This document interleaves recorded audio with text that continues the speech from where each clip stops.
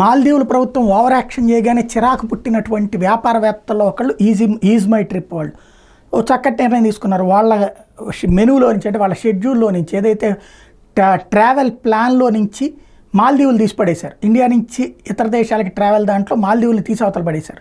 అట్లాంటి నిర్ణయంతో దారికి వచ్చినటువంటి పరిస్థితి. అయితే మరి ఒక వ్యాపార సంస్థ అట్లా చేయొచ్చా, దెబ్బతినదా అన్నది అప్పట్లో చర్చ నడిచింది. కానీ ఈజ్ మై ట్రిప్ వాళ్ళకి సంబంధించిన తాజా ప్రాఫిట్స్ లెక్క చూస్తే 31% ఇదివరకు ఉన్నటువంటి ప్రాఫిట్స్ ఇప్పుడు 33.93 కోట్ల రూపాయలకి చేరుకుంది ఏప్రిల్ జూన్ మాసాలకి. ఏదైతే ఎంప్లాయీస్ని పెంచుకుంది, 500 మంది కొత్తగా రిక్రూట్మెంట్ చేసుకుంది, ఇంటర్న్షిప్ కూడా పెట్టుకుంటోంది. టోటల్గా కంపెనీ టోటల్ ఇన్కమ్ 126 కోట్లు ఇదివరకు ఉంటే ఇప్పుడు 156 కోట్ల రూపాయలకు పెరిగింది. తద్వారా ఈ నినాదం బాగానే పనిచేసినట్టు కనబడుతుంది. దేశభక్తులు ఎక్కువగా ఇప్పుడు ఈజ్ మై ట్రిప్ వైపుకి వెళ్తున్నారు.